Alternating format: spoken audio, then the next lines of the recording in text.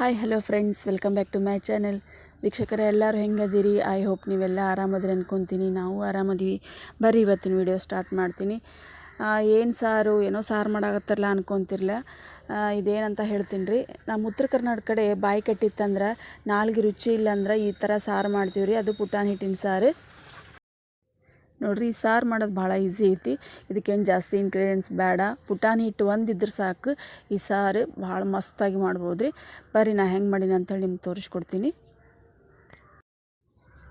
ನೋಡ್ರಿ. ಒಂದು ಬೋಗಾನಿ ಬಿಸಿ ಆದಮೇಲೆ ಅದ್ರಾಗ ಒಂದು ಚಮಚ ಎಣ್ಣೆ ಹಾಕ್ಕೊಂಡು, ಎಣ್ಣೆ ಬಿಸಿ ಆದಮೇಲೆ ಸ್ವಲ್ಪ ಸಾಸಿವೆ ಹಾಕ್ಕೊಂಡು, ಅದು ಚಟಪಟ ಅನ್ಸಿಡಿದ ಮೇಲೆ ಹೆಚ್ಚಿದಂಥ ಉಳ್ಳಾಗಡ್ಡಿ, ಹಸಿಮೆಣಸಿನ್ಕಾಯಿ, ಕರಿಬೇವು ಹಾಕ್ಕೊಂಡು ನೋಡ್ರಿ. ಹಾಕ್ಕೊಂಡು ಸಣ್ಣ ಉರಿಯೊಳಗೆ ಇದನ್ನು ತಾಳಿಸ್ಕೋಬೇಕಾಗತ್ತೆ ರೀ. ತಾಳಿಸ್ಕೊಂಡು ಅದು ಸ್ವಲ್ಪ ಕಂದು ಬಣ್ಣ ಬರೆಯೋವರೆಗೂ ಇದು ತಾಳಿಸ್ಕೋಬೇಕಾಗತ್ತೆ ನೋಡ್ರಿ. ಹಸಿಮೆಣ್ಸಿನ್ಕಾಯಿ ಜಾಸ್ತಿ ಖಾರ ಇಲ್ಲರಿ, ಹಾಗಾಗಿ ನಾನು ಒಣ ಖಾರನೂ ಹಾಕ್ಕೊಂಡಿನಿ. ಹಸಿಮೆಣ್ಸಿನ್ಕಾಯಿ ಖಾರ ಇತ್ತಂದ್ರೆ ಬೇಕಾಗಿಲ್ಲ, ಒಣ ಖಾರ ಹಾಕೊಳೋದು ಅವಶ್ಯಕತೆ ಇಲ್ಲ ನೋಡ್ರಿ. ಆ ಖಾರ ಇಲ್ಲಾರ ಸಂಬಂಧ ನಾನು ಎರಡೂ ಹಾಕ್ಕೊಂಡಿನಿ. ಆಮೇಲೆ ಕಲರು ಚೆಂದಾಗಿ ಕಾಣಿಸುತ್ತೆ. ಅದು ಇಷ್ಟ ಆದಮೇಲೆ ನೋಡಿರಿ, ಒಂದು ಗ್ಲಾಸ್ ನಾನು ನೀರು ಹಾಕ್ಕೊತೀನಿ.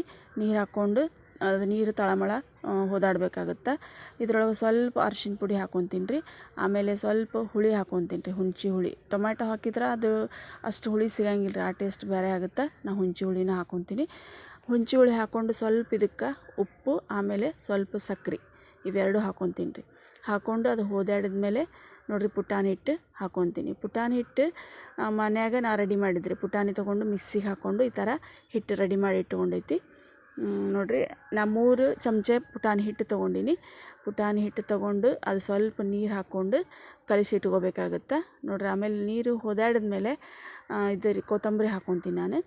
ಕೊತ್ತಂಬರಿ ಹಾಕ್ಕೊಂಡು ಸ್ವಲ್ಪ ಅದು ಹೋದಾಡಿದ್ಮೇಲೆ ನಾವು ಹಿಟ್ಟು ಕಲಸಿಟ್ಕೊಂಡಿದ್ವಲ್ರಿ, ಪುಟಾಣಿ ಹಿಟ್ಟು, ಅದನ್ನು ನೋಡಿರಿ ಇದ್ರೊಳಗೆ ಹಾಕ್ಕೊತೀನಿ.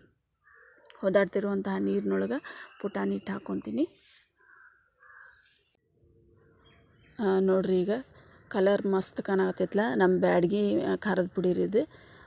ಬ್ಯಾಡಗಿ ಮೆಣಸಿನ್ಕಾಯಿ ಭಾಳ ಕಲರ್ ಇರುತ್ತೆ, ಅದ್ರ ಖಾರ ಕಡಿಮೆ ಇರುತ್ತೆ ನೋಡಿರಿ. ಇಷ್ಟ ಆದಮೇಲೆ ಮತ್ತು ಇದನ್ನು ಕುದಿಸ್ಕೋಬೇಕಾಗತ್ತೆ.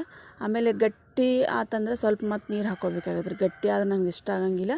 ಸ್ವಲ್ಪ ತಳ್ಳಗಾಗಬೇಕು ಅಂದ್ರೆ ಅನ್ನದ ಜೊತೆ ಅದು ಚಲೋ ಅನಿಸುತ್ತೆ ನೋಡಿರಿ. ಇದು ಗಟ್ಟಿಗೈತಿ. ಮತ್ತು ಸ್ವಲ್ಪ ನೀರು ಹಾಕ್ಕೊತೀನಿ ನಾನು.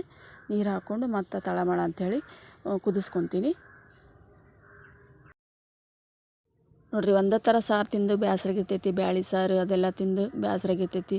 ನಾಲ್ಗೆ ಕೆಟ್ಟಂಗೆ ಆಗಿರ್ತೈತಿ. ಆಮೇಲೆ ಜ್ವರ ಬಂದಾಗ ನಾಲ್ಗೆ ಕೆಟ್ಟಂಗೆ ಆಗಿರ್ತೈತಿ, ಬಾಯಿ ರುಚಿ ಇರಂಗಿಲ್ಲ. ಅಂಥ ಟೈಮ್ದಾಗ ಈ ಪುಟಾಣಿ ಹಿಟ್ಟಿನ ಸಾರು ಮಾಡ್ಕೊತೀನಿ ರೀ. ಭಾಳ ಟೇಸ್ಟ್ ಇರುತ್ತೆ. ಟ್ರೈ ಮಾಡಿ ನೋಡಿರಿ ಹೆಂಗೆ ಬಂತಂತೇಳಿ ನೀವು ಕಮೆಂಟ್ ಮೂಲಕ ತಿಳಿಸ್ರಿ.